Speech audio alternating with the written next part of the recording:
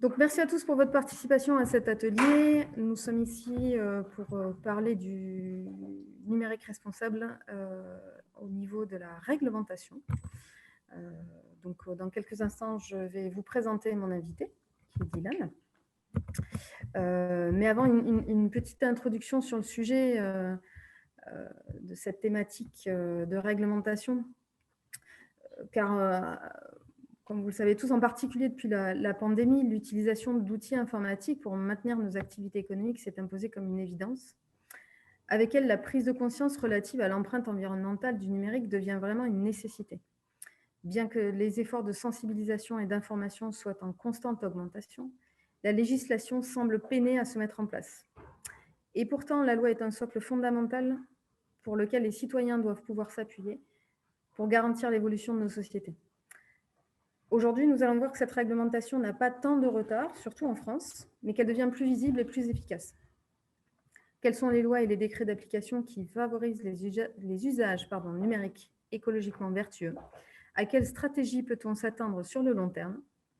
Mon invité du jour va nous ouvrir les portes d'une lecture simplifiée de la législation pour nous permettre de mieux comprendre les obligations des collectivités, des entreprises et anticiper les changements à venir.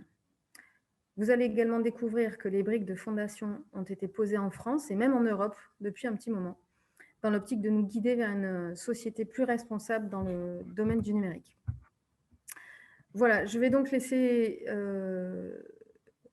Dylan se présenter et je ferai un bref rappel sur ma personne juste après.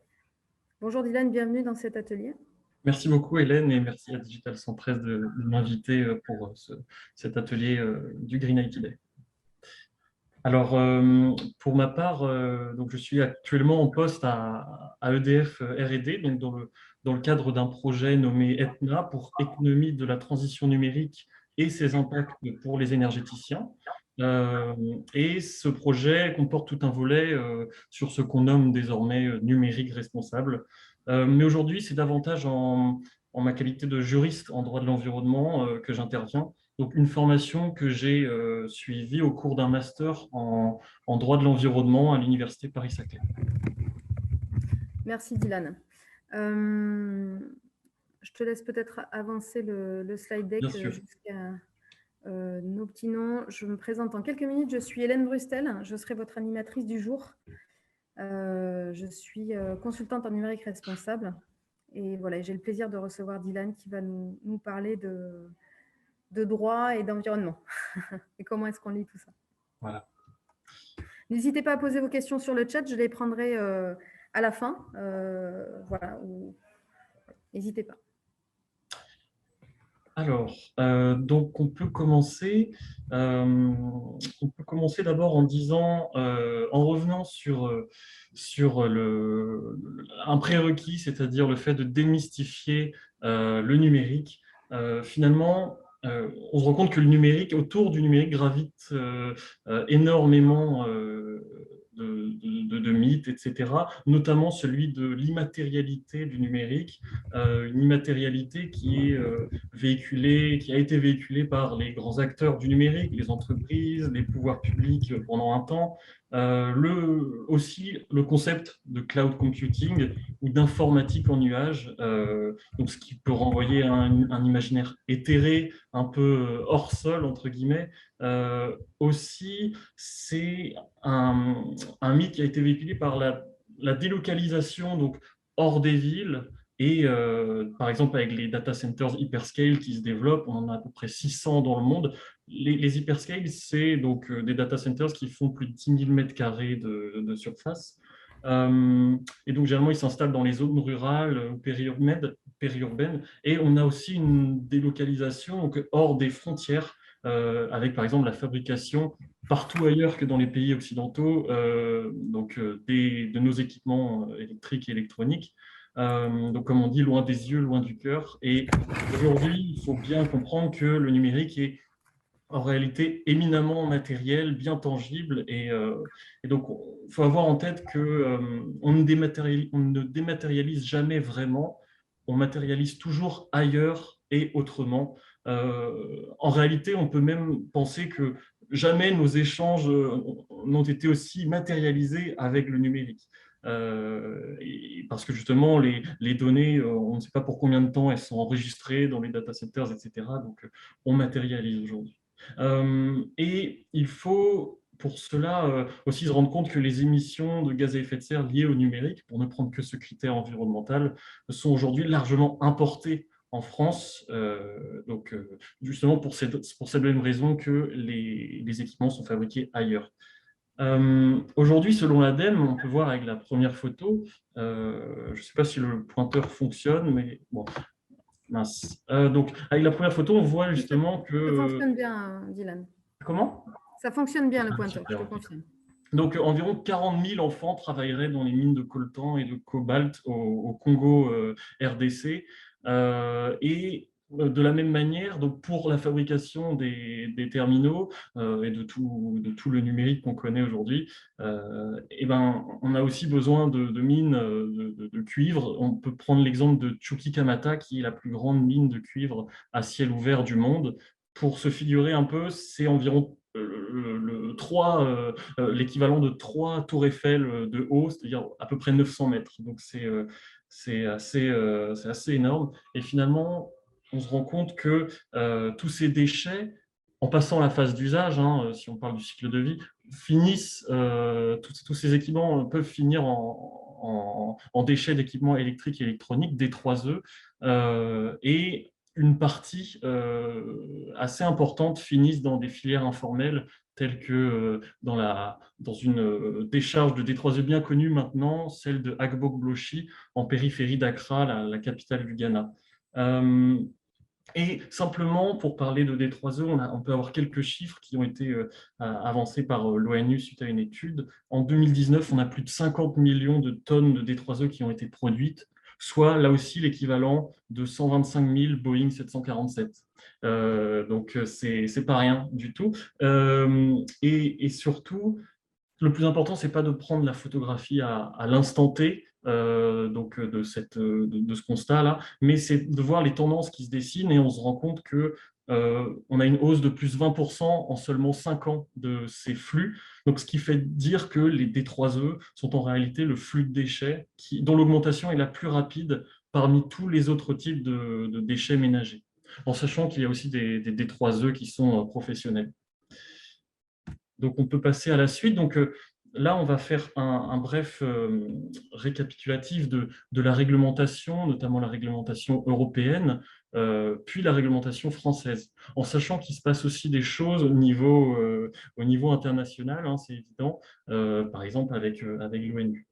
Donc, on a la présidente de la Commission de l'Union européenne, la Commission européenne, Ursula von der Leyen, qui, lors de son investiture en juillet 2019, a dit par exemple qu'il fallait conduire la transition vers une planète saine et un nouveau monde numérique, justement en liant directement ces deux transitions.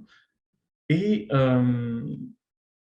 et finalement, voilà, on a, pour commencer, pour non pas revenir à la genèse, mais aux prémices de la prise de conscience par l'Union européenne de l'importance de réguler le numérique et son rapport à l'environnement. Donc, on peut commencer par discuter de la directive D3E de 2002. Donc, en fait, si on repart du constat de l'ONU, on a moins de 20% des D3E qui sont aujourd'hui collectés et recyclés dans les filières dites formelles. Donc, donc seulement 78 États réglementent aujourd'hui ces flux de déchets, donc bien particuliers et éminemment toxiques. Donc, en fait, la directive, enfin, les objectifs de cette directive des 3E, ça a été notamment de parer à cette augmentation de flux, etc., et surtout à leur traitement en bonne et due forme, disons. Et donc, c'est une relative réussite, avec des gros guillemets, mais d'une relative réussite en comparaison du reste du monde surtout, parce que l'Europe aujourd'hui dispose du meilleur taux de collecte et de recyclage du monde des 3E, en couvrant un peu plus de 40% du total des e-déchets générés en 2019. Donc, on peut voir sur la deuxième tuile On peut voir sur la deuxième tube la directive batterie, qui était plus spécifiquement sur les piles et les accumulateurs. Donc, c'est un sujet qui devient de plus en plus sensible, hein, les batteries, les piles, etc., puisque on voit que la Commission européenne a intégré depuis 2020 le lithium, qui fait partie intégrante de la plupart des technologies de batterie aujourd'hui, et notamment dans nos équipements électroniques. Donc, elle a intégré le lithium dans sa liste des matières premières critiques, aux côtés de 29 autres substances.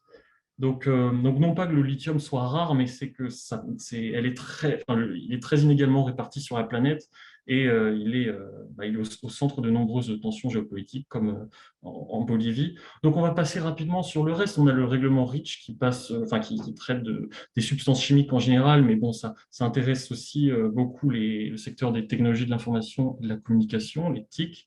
C'est évident. Donc, ensuite, comment dire, une deuxième salve d'actes législatifs. On a la directive ERP, donc Energy Related Product, donc c'est la directive éco-conception en fait, et celle-là est en cours de révision aujourd'hui de manière conjointe avec la réglementation sur l'étiquette énergie, qui touche aussi le numérique, mais que je n'ai pas eu l'occasion d'inscrire dans cette frise, j'aurais pu. Donc, c'est une directive importante. Aussi, on peut parler de la directive RoHS3, donc, qui limite certaines substances dangereuses, notamment dans les D3E, comme les retardateurs de flammes bromées, etc., qui sont très toxiques. Donc, on compte à peu près une dizaine de substances dans cette directive. Et, euh, et justement, on parlait de la directive des 3E, elle a été révisée en 2012, et elle prend en compte désormais en fait, la responsabilité élargie du producteur qui a été introduite par la directive cadre des déchets en 2008. Et finalement, cette directive, elle vise à ce que les frais résultant des mesures de prévention, de réduction de la pollution et de la lutte contre celle-ci soient supportés par le pollueur. Donc voilà, c'est de là qu'on a justement les filières de responsabilité élargie de producteurs relatives au D3E, des filières spécifiques et qui sont gérées par des éco-organismes dont vous avez peut-être déjà entendu parler, donc écosystèmes, écologiques, etc. Et enfin, on peut montrer trois finalement dispositions non contraignantes cette fois-ci, mais c'est pour montrer que l'Union européenne s'intéresse vraiment à cette double transition, la transition numérique et la transition écologique. C'est que la Commission européenne, dans son plan d'action pour une économie circulaire, c'est elle qui va mener justement à la révision de la directive éco-conception. Donc, c'est un plan d'action qui conditionne un peu toute la suite, disons, des opérations. Mais ensuite, en 2020, on a eu une résolution importante et intéressante du Parlement européen vers un marché unique durable, plus durable. Donc, cette résolution visait notamment à, à étudier l'introduction d'un indice de réparabilité un peu à la française au sein de l'Union européenne. Et enfin, très rapidement, les conclusions du Conseil de l'Union européenne, la digitalisation au service de l'environnement, qui invite la Commission, là aussi, à accélérer sur des mesures réglementaires ou pas pour réduire l'empreinte environnementale des centres de données et des réseaux de communication. Donc, et notamment ça et d'autres choses. Donc là, on va ensuite passer à la réglementation française très rapidement. Vincent Thiébaut, donc, qui est le rapporteur à l'Assemblée nationale pour la proposition de loi visant à réduire l'empreinte environnementale du numérique en France, la PPL Rennes. Vincent Thiébaut, qui, au moment de l'examen de cette PPL devant l'Assemblée nationale en juin, a dit ces mots qu'on allait vers la fin d'un angle mort de la réglementation au sujet de l'empreinte environnementale du numérique. Donc, on se rend compte de la prise de conscience du politique là-dessus. Et pour ça, on peut revenir sur une première grande étape, même s'il y en a eu avant, hein, certes, mais une première grande étape qui montre ça, c'est la loi de transition énergétique pour la croissance verte, qui introduit le délit d'obsolescence programmée, mais on va en reparler ensuite. Là, pareil, on va en reparler ensuite, mais on a la loi AGEC, anti-gaspillage et économie circulaire, du 10 février 2020, qui est un jalon très important en réalité de cette prise de conscience du politique, du caractère enfin de l'importance voilà, de réduire l'empreinte environnementale du numérique. Euh, et, et là aussi, donc on va en revenir. On a aussi ensuite la Convention citoyenne pour le climat qui, si vous vous souvenez bien, avait une proposition visant à accompagner l'évolution numérique pour réduire ses impacts environnementaux. Et donc cette proposition, elle a été, comment dire, elle a été prise en compte à la fois dans la PPL, enfin la loi climat et résilience, hein, dont on a beaucoup entendu parler, et dans le même temps par la PPL Rennes, dont on a parlé juste avant. Ensuite, donc, finalement, comme toute loi, généralement, on a aussi des décrets qui vont rentrer plus dans les détails. Et là, j'ai donné comme exemple les décrets relatifs à l'indice de réparabilité, sur lequel on va revenir juste après. Donc, ces décrets visaient en fait à préciser les conditions de mise en œuvre de cet indice de réparabilité, donc les critères retenus, le barème, on le verra sur la slide prochaine. Donc, aussi, un sujet assez intéressant, c'est l'amendement à la proposition au projet de loi de finances 2021, donc désormais loi de finances 2021, qui visait à introduire une éco-conditionnalité pour les data centers. Et en fait, cette éco-conditionnalité, pour rappeler le contexte, c'est que jusqu'ici, donc les data centers, donc, comme d'autres activités électro-intensives, bénéficiaient d'un tarif réduit sur la taxe intérieure de la consommation finale d'électricité. Et en fait, cet amendement vise désormais à conditionner ce tarif réduit pour les opérateurs de data centers euh, à des efforts en termes d'éco-conception, d'efficacité énergétique, et plus tard sur la valorisation de la chaleur fatale et la réduction de la consommation d'eau. Parce que les data centers, vous n'êtes pas sans savoir que ça consomme une certaine quantité d'eau avec justement la climatisation, etc., des serveurs.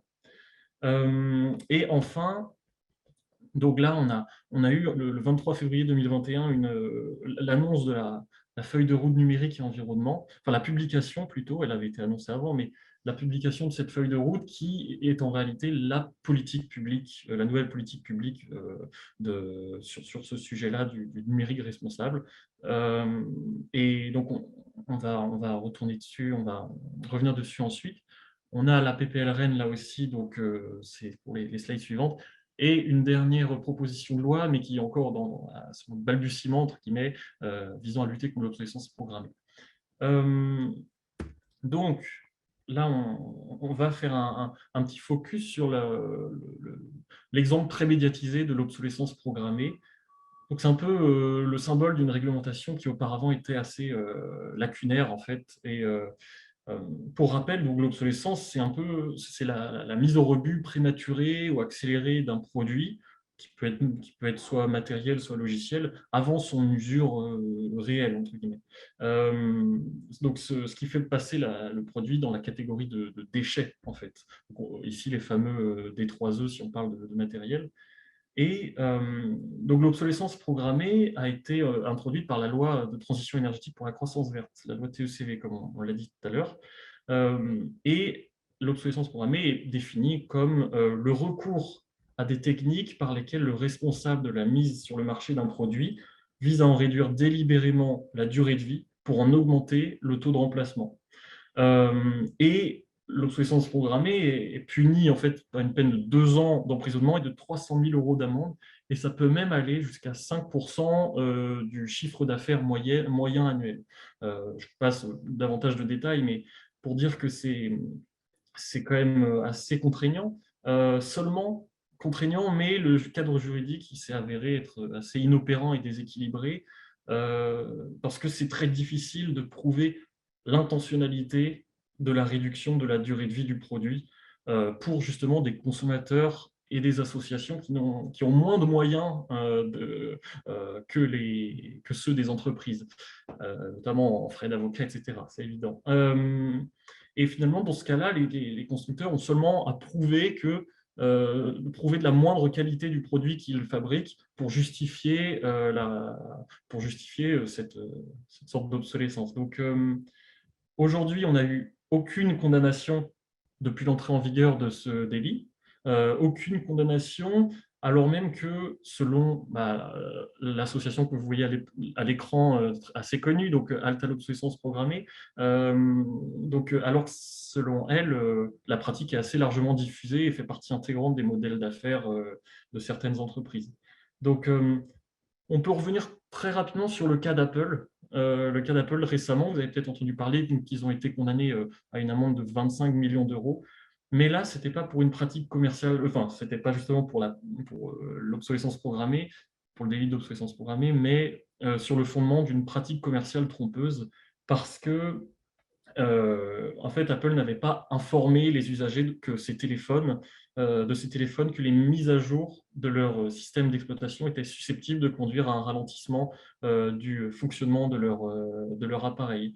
Donc voilà, c'est pour dire que pour l'instant, c'est assez inopérant. Et puis, il faut aussi bien retenir que l'obsolescence, c'est un sujet multiforme. C'est l'ADEME qui, dans un rapport de 2016, faisait la distinction entre l'obsolescence fonctionnelle, donc,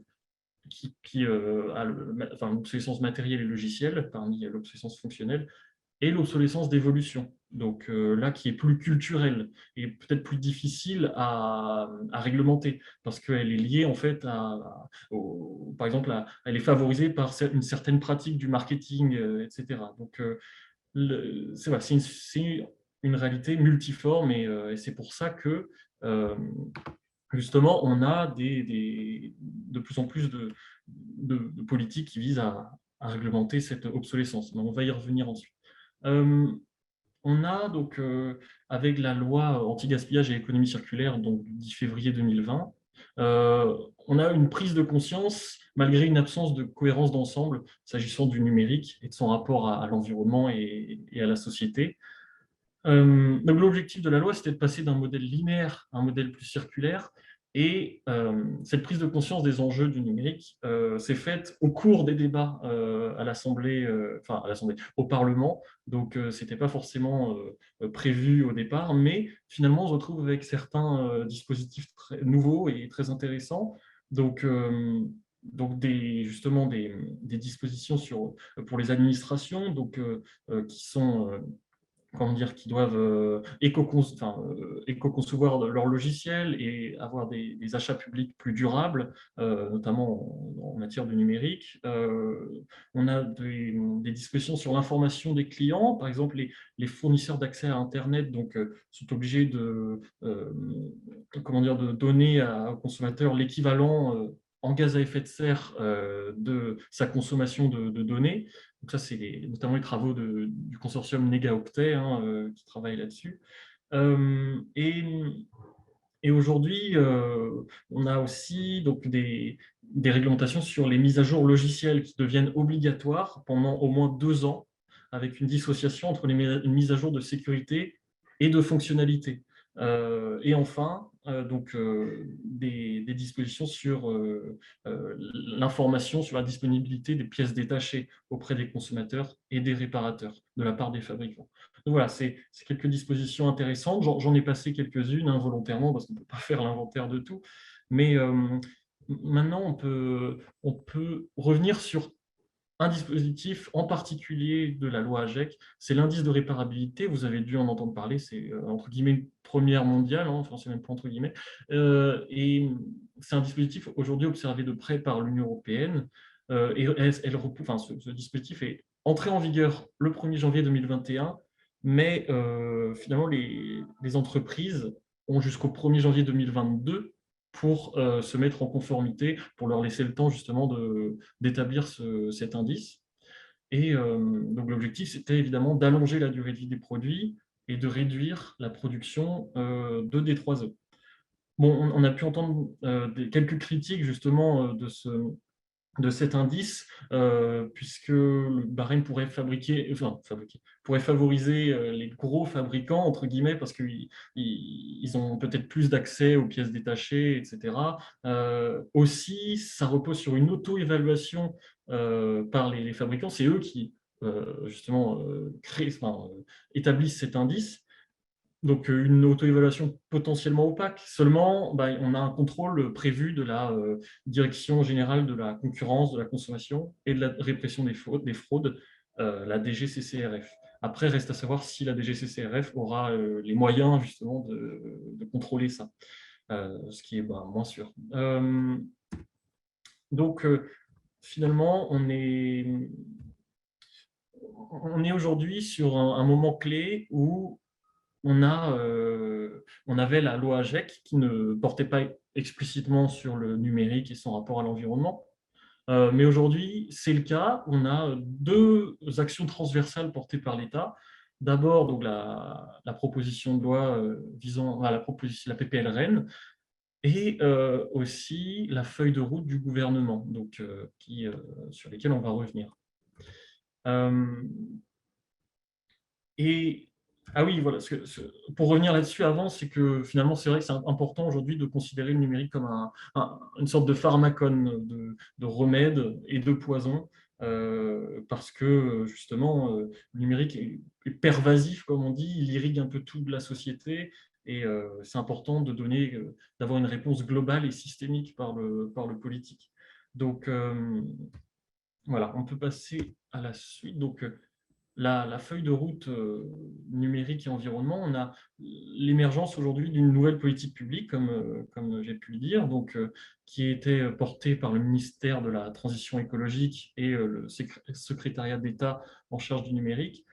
Euh, la feuille de route s'est faite en 3 temps, un triptyque assez classique désormais. C'est d'abord le fait de connaître pour agir. Donc, d'abord, quantifier les impacts environnementaux du numérique. Donc, là, comment dire, il y a des actions visant des travaux de prospective sur la 5G et l'IoT, un baromètre environnemental du numérique, donc porté par l'ARCEP notamment. On pourra y revenir parce qu'il y a eu quelques actualités là-dessus. Et dans un second temps, une fois qu'on sait, finalement, on peut tenter de réduire l'empreinte environnementale des équipements et des usages. Donc, on a finalement la commande publique durable, hein, qui rentre dans ce cadre-là, dans ce temps-là, des campagnes de sensibilisation, des codes de bonne conduite, l'analyse par l'ARCEP des pratiques commerciales de subvention des terminaux, donc ce qui a été réalisé d'ailleurs. Euh, donc, et aussi, donc un troisième temps, c'est le soutien de l'innovation numérique pour, entre guillemets, une croissance écologique. C'est les mots du gouvernement. Donc là, ça passe par un accompagnement des startups Green Tech avec une dotation de 300 millions d'euros et des appels à projets multiples, etc. Donc ça, c'était pour la feuille de route numérique et environnement. Maintenant, on peut s'intéresser à la proposition de loi, la PPL REEN, donc visant à réduire l'empreinte environnementale du numérique en France, hein, pour rappel. Euh, Aujourd'hui, c'est une procédure à mi-parcours qui promet encore de riches débats, entre guillemets. Donc, pour rappel, on est en pleine navette législative, hein, donc on a un examen donc, par les deux chambres pour 2 lectures maximum par chambre, et si jamais elles n'ont pas trouvé de compromis, il y aura la commission mixte paritaire à la fin qui est composée de 7 sénateurs et de 7 députés, donc chargés de trouver ce compromis. Donc aujourd'hui, on en est à la deuxième lecture par le Sénat, qui devrait être faite en novembre 2021. Et à la base, hein, les objectifs de cette loi, de cette proposition de loi, c'était donc d'objectiver les impacts du numérique via 4 leviers. Donc d'abord, une prise de conscience des utilisateurs. Donc utilisateurs, ils l'entendent largement, hein, entreprises, particuliers, etc. Et ça passe par la formation, des bases de données, le bilan RSE des entreprises, etc. Donc, on a un deuxième levier, c'est la limitation des terminaux. Donc, euh, ici, certaines propositions visaient à internaliser les impacts de fabrication, de renforcer la lutte contre l'obsolescence, de promouvoir le reconditionnement, le réemploi et le recyclage des 3 O, enfin des équipements électriques et électroniques, puisque le reconditionnement ne touche pas forcément les déchets. Un troisième levier, c'était sur les usages. Donc, c'était finalement promouvoir des usages écologiquement vertueux. Donc là, ça passait par la régulation de certains forfaits téléphoniques, l'éco-conception de services numériques, l'encadrement de stratégies de captation de l'attention, et enfin et ultimement, donc, le quatrième levier volet de cette proposition, c'était sur, et c'est toujours, hein, sur l'amélioration de la performance environnementale des centres de données et des réseaux. Et donc, on peut passer à la conclusion désormais. C'est que on se rend compte que le numérique, que la France, à l'occasion d'affirmer son leadership en fait, dans le domaine du numérique responsable, de la sobriété numérique, enfin, on peut l'appeler comme on veut, donc, notamment en raison du foisonnement au sein de l'écosystème en France. On se rend compte aujourd'hui qu'il y a énormément d'acteurs qui travaillent et des nouveaux apparaissent chaque jour. De la même manière, les régulateurs en France se mettent à travailler sur ce sujet. Donc, on pense à l'ARCEP avec une mission assez générale, la CNIL qui va travailler sur le rapport entre données et environnement, le CSA, donc le rapport entre les usages vidéo et audio et ses conséquences sur l'environnement. Donc, voilà, c'est des actions assez intéressantes. Donc, un foisonnement de l'écosystème en France, un déploiement aussi de la réglementation à l'échelle européenne, comme on l'a vu, même si il est peut-être moins avancé que ne l'est la France. Et c'est pour ça que la France peut être leader, entre guillemets, sur ce sujet. C'est intéressant. Un troisième point intéressant pour cette conclusion, c'est finalement des perspectives internationales qui sont encourageantes, hein. On s'en rend compte avec le concours de l'ONU qui a mis en place une coalition, la CODES, donc Coalition for Digital Environmental Sustainability, excusez-moi pour mon anglais, donc des perspectives internationales intéressantes. Et puis, et enfin, donc, aujourd'hui, il s'agit de profiter de cette effervescence législative, réglementaire, comme la proposition de loi visant à réduire l'empreinte environnementale numérique en France. Donc, profiter de cette effervescence parce que le numérique, il n'est pas, comment dire, l'empreinte environnementale du numérique, elle continue d'augmenter, en tout cas a priori, selon la littérature scientifique, malgré le fait aussi que comment dire, les constats ne sont pas forcément encore très, très évidents dans la littérature scientifique, mais en tout cas, il faut au moins agir maintenant, quoi. Et on a tous les outils pour ce faire. Voilà, j'ai terminé avec cette Merci présentation. beaucoup, Dylan, pour cette présentation très, très complète sur cette partie-là. Peut-être tu peux rester Oui, sur le dernier slide, ouais, de façon à éventuellement revenir sur quelques slides précédents. très bien. Alors, j'essaie de mettre en mode diapo, mais il y a sinon, je fais F6. Je vais faire F6, hop. Mince. Alors, 2 secondes, hop. On va y arriver. J'aurais dû repartir à la slide actuelle. Bon, c'est pas grave. Pas Voilà, de- c'est bon, pardon. je vais commencer par te poser la question de Thierry, qui demandait au niveau des indices de réparabilité, Oui. est-ce qu'ils sont réservés à la vente aux particuliers ou bien est-ce qu'ils s'appliquent aussi à la vente aux professionnels? Alors oui, ce que je n'ai pas forcément dit, c'est que l'indice de réparabilité, il concerne seulement une certaine typologie d'appareils. Donc, s'agissant du numérique, on va mettre de côté les tondeuses, hein, parce que je crois que les tondeuses sont prises en compte aussi. Donc, certaines typologies d'appareils, comme les smartphones, les ordinateurs portables et les téléviseurs. C'est pour l'instant le scope de ce dispositif. Et ce que je n'ai pas dit non plus, plus largement, c'est que cet indice de réparabilité va devenir un indice de durabilité à partir de 2024.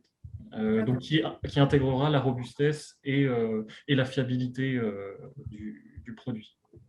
Parfait. Merci Dylan. Une autre question de Cécile qui demande sur la PPL RIN, a-t-on toujours mention de la nécessité d'intégrer ce sujet dans la formation des ingénieurs et même comme sensibilisation dès le collège ou lycée? Le volet justement sur la sensibilisation n'a pas trop bougé à ma connaissance. Je ne suis pas au fait sur tout, enfin justement parce que ça a beaucoup évolué, etc. Certaines dispositions ont disparu, d'autres ont été amendées. Mais généralement, sur le volet autour de la sensibilisation, ça n'a pas trop bougé parce que généralement, ça fait consensus et effectivement, il y a toujours des dispositions sur l'intégration de ces questions dans les formations, notamment les formations d'ingénieurs en informatique. Oui, ça intervient vraiment sur le premier levier, la sensibilisation et la formation de tous dès le plus jeune âge, me semble-t-il. Une question de Torres qui demande, donc comme dans beaucoup d'autres domaines, le numérique s'appuie sur des pays tiers, souvent en développement, pour le traitement des D3E. Que se passera-t-il le jour où ces pays refuseront de traiter nos déchets? In fine, quel est le responsable légal désigné par la réglementation pour gérer ces déchets? C'est une question. Ça, c'est une question très intéressante parce que déjà, on voit dans certains autres types de déchets, notamment les déchets plastiques légers, que certains pays n'en veulent plus hein, et ça a créé des catastrophes. Hein. On pense à la Chine qui ne veut plus de nos déchets plastiques. Et concernant les D3E, effectivement, comme j'ai dit tout à l'heure, on n'est qu'à 20% en fait, dans le monde hein, de taux de collecte et de recyclage. Donc, pour l'instant, en fait, je crois hein, que l'idée, c'est pas de rester d'être dans un statu quo, c'est plus d'aider donc les pays, justement comme le Ghana, qui reçoit énormément de déchets de la filière informelle, de les faire passer plus par des filières formelles, donc dans ces pays-là ou directement dans les pays comment dire, qui envoient ces déchets, notamment nous. Donc, c'est vrai que pour l'instant, il faut espérer davantage de traçabilité, de transparence, en sachant que l'Europe est entre guillemets la bonne élève sur ce sujet. J'espère avoir bien compris et répondu à la question. Ok, merci Dylan. Je rajoute un petit complément sur la question de la formation. PIX, qui est une start-up d'État, en fait, intègre les formations au collège et au lycée. Voilà, Oui. pour compléter la question de Cécile de tout à l'heure. Merci Olivier. Une question de Delphine. Je reviens sur les indices de réparabilité. Est-ce qu'on peut préciser l'organisme qui contrôle les indices de réparabilité? Ah oui, donc ça, c'est la DGCCRF qui va contrôler, donc la Direction générale de la concurrence, de la consommation et de la répression des fraudes. Et finalement, DGCCRF, enfin, je suis pas, il me semble hein, que justement, il peut parfois, on peut se poser la question, voilà, s'ils ont vraiment les moyens de pouvoir contrôler ce dispositif, quoi, d'assurer la bonne mise en œuvre. Parce que justement, il y a énormément d'entreprises fabricantes. On peut espérer déjà que les plus grandes entreprises, hein, celles qui ont une part de marché assez importante, déjà on peut espérer qu'elles seront contrôlées, ces entreprises. Ça devrait être le cas enfin, avec Samsung, Apple, etc. Le fait étant que l'indice de réparabilité il doit aussi être produit pour chaque modèle. Donc, en fait, pour certaines entreprises qui ont beaucoup de modèles en vente, donc ça fait quand même un paquet de contrôles à réaliser. Donc, c'est une bonne question. C'est une bonne question, mais en tout cas, c'est la DGCCRF qui va s'en charger. D'accord, très bien, merci Dylan. Je note, DGCCRF. Oui. Une autre question de Torres. Non, pardon, j'ai posé la question de Torres. Une question de Pélouchard qui demande quelle est la dernière actu évoquée sur le baromètre qui sera porté Oui, par l'ARCEP. alors, donc si je ne me trompe pas, donc pour repartir au début, donc on a eu la feuille de route gouvernementale dont on a parlé, qui donnait à l'ARCEP des pouvoirs donc, de collecte de données pour établir ce baromètre environnemental du numérique. Donc ce projet donc, du gouvernement passait par la loi climat et résilience. Et tout d'abord, c'était quand même enfin, ça faisait partie de la proposition de la Convention citoyenne pour le climat. Donc ensuite, le gouvernement a fait sien cette proposition. Ensuite, c'est passé enfin, c'est passé par la loi climat et résilience, et le Conseil constitutionnel a censuré toute cette disposition en établissant que cette collecte de données permise par l'ARCEP n'était pas en lien avec l'objet de la loi climat et résilience. Donc du coup, ça privait un peu l'ARCEP des moyens d'établir ce baromètre environnemental. Et il s'avère qu'il y a peu de temps, j'ai plus le jour exact, mais bon, c'était il y a quelques jours seulement, je crois. Le sénateur donc Patrick Chaize, qui est aussi entre guillemets à l'origine de la PPL Rennes, il a déposé une nouvelle proposition de loi visant exclusivement à donner justement les pouvoirs de collecte, etc., à l'ARCEP. Donc c'est vraiment une proposition de loi très courte qui avait déjà été acceptée entre guillemets par l'Assemblée nationale et le Sénat. Donc ça ne devrait pas poser de soucis, mais au moins cette fois-ci, le Conseil constitutionnel ne pourra plus dire que c'est sans lien avec l'objet de la loi, puisque c'est l'objet de la loi même, enfin de la proposition de loi même. Donc voilà, j'espère avoir été assez clair à ce niveau-là. Merci Dylan. Une question de Claire. Est-ce que passer d'un indice de réparabilité à un indice de durabilité ne crée pas plus de confusion pour l'utilisateur? J'imagine que l'indice de durabilité intégrera la réparabilité. C'est une bonne question. Alors, oui, la question c'est est-ce que tous les acteurs vont bien faire sien, vont bien vraiment comprendre d'abord cette évolution du dispositif. Donc ça, c'est prévu par la loi AGEC. Donc, je crois que c'est encore en débat, mais bon, l'une des solutions, c'est effectivement d'inclure cet indice de réparabilité dans l'indice de durabilité, ce qui serait assez logique. Mais bon, ça pourrait aussi être deux indices différents, mais ça créerait effectivement peut-être de la confusion, parce que ce qu'il faut bien comprendre, et ça on le voyait sur la slide, mais vous l'avez peut-être déjà vu en vrai, c'est que cet indice, il doit apparaître directement sur le produit, sur l'emballage ou n'importe où, mais il doit être apparent. Et bon, si on se retrouve avec deux indices, ça pourrait créer de la confusion. Comment? Un peu comme le Nutri-Score. Oui, voilà. Donc, ou l'étiquette énergie, donc, qui est là au niveau européen. Donc en réalité, logiquement, on devrait se retrouver avec un seul indice. Et d'ailleurs, cet indice pourrait conditionner certains achats publics de l'État de matériel justement durable, réparable, etc. D'accord. Donc un vrai indicateur unique qui restera. Bah oui, ouais, c'est ça. Moi, j'espère, en tout cas, on peut espérer ça. Ouais. On me confirme que ce sera le cas.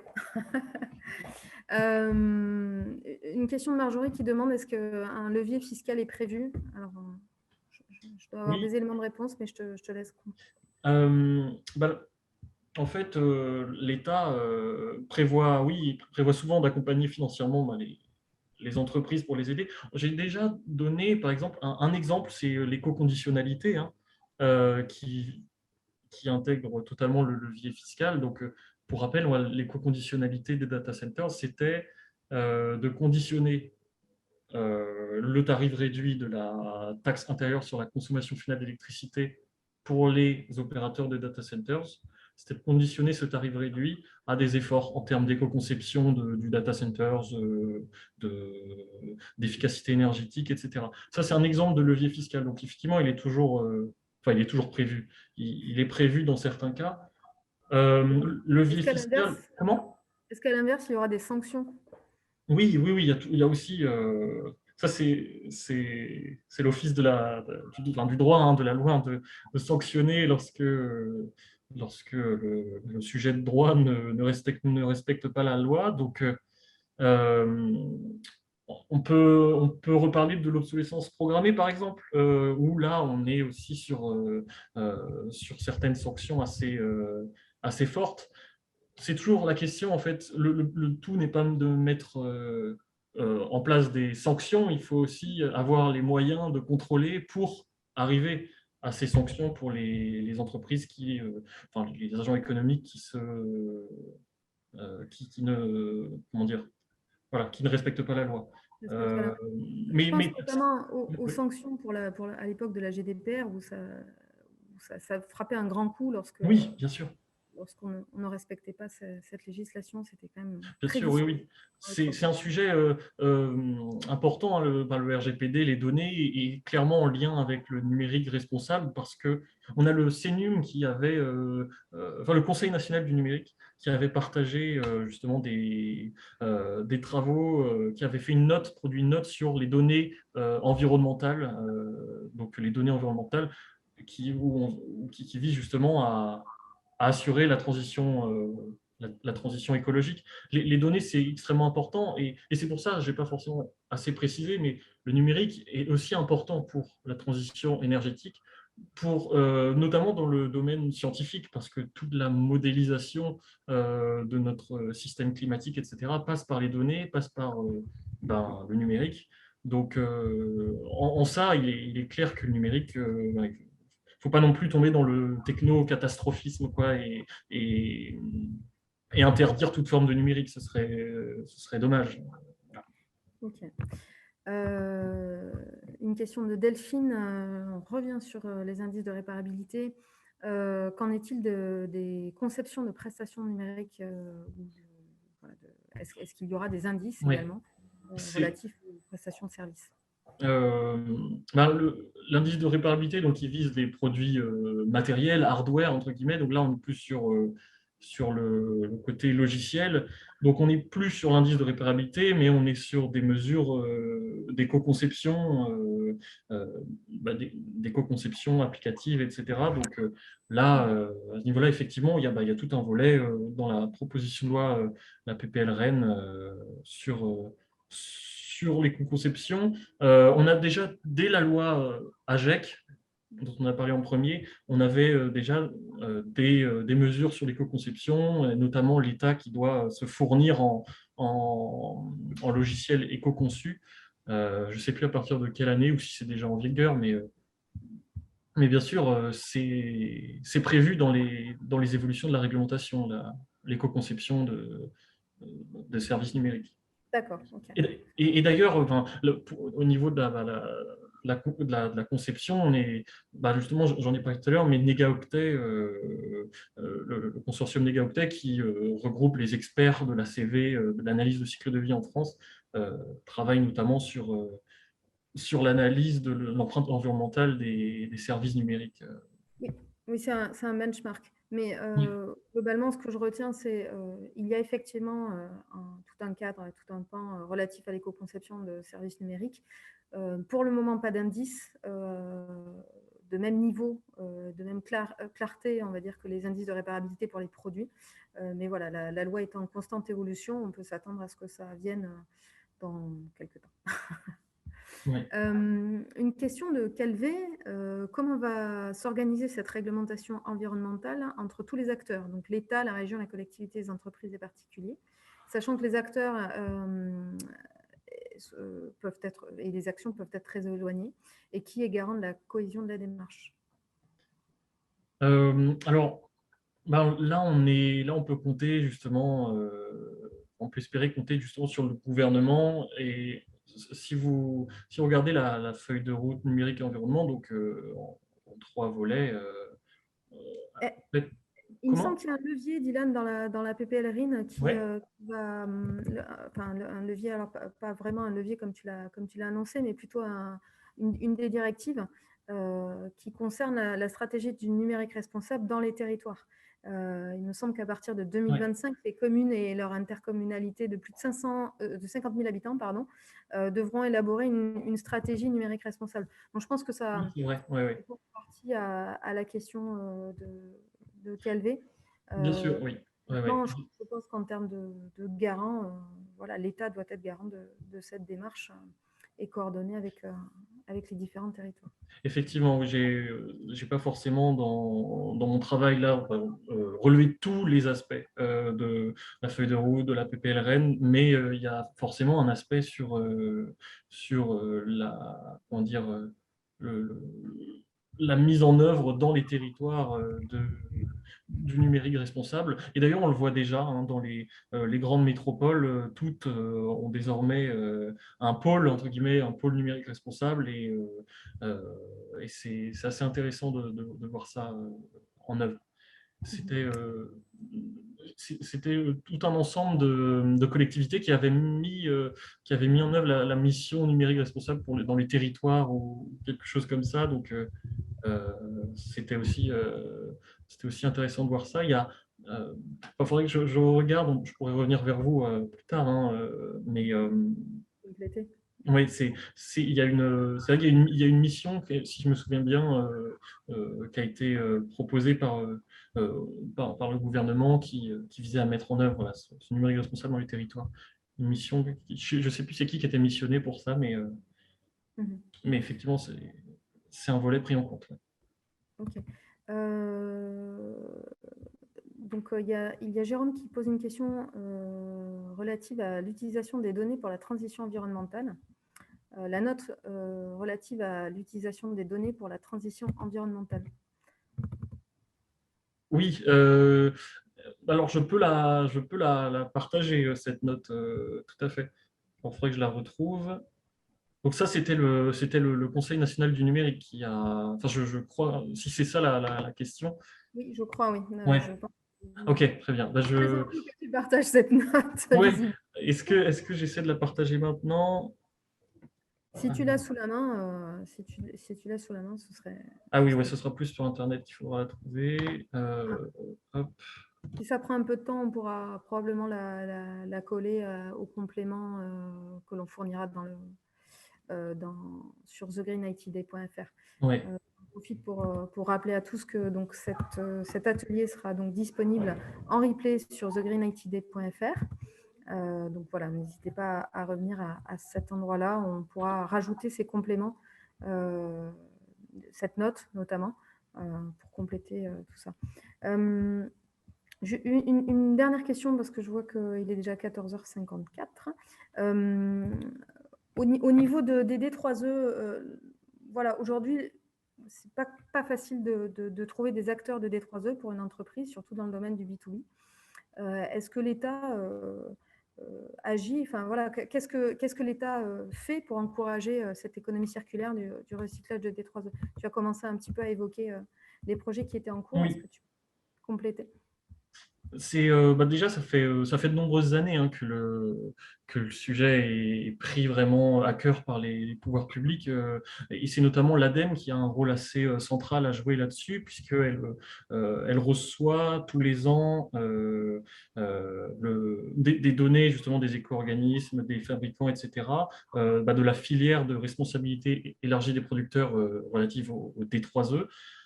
Et elle publie tous les ans donc un registre des 3E où on trouve vraiment toutes les données qu'il faut savoir sur l'état en France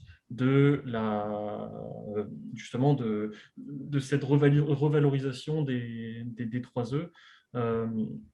Et en fait, on voit à partir de ce registre que les pouvoirs publics fixent des objectifs toujours plus ambitieux, qu'on n'arrive pas forcément encore justement à accomplir, enfin, à remplir. Donc, par exemple, on fixait l'objectif en 2019 de 60, alors c'était combien? 65% en gros, 65% des déchets qui seraient revalorisés, donc le taux de collecte. On en est aujourd'hui qu'à 50% environ. Donc voilà, c'est des objectifs qui à chaque fois sont ambitieux et enfin voilà, la France essaie d'y arriver, mais c'est pas forcément, c'est très complexe en fait, Oui, comme chaîne.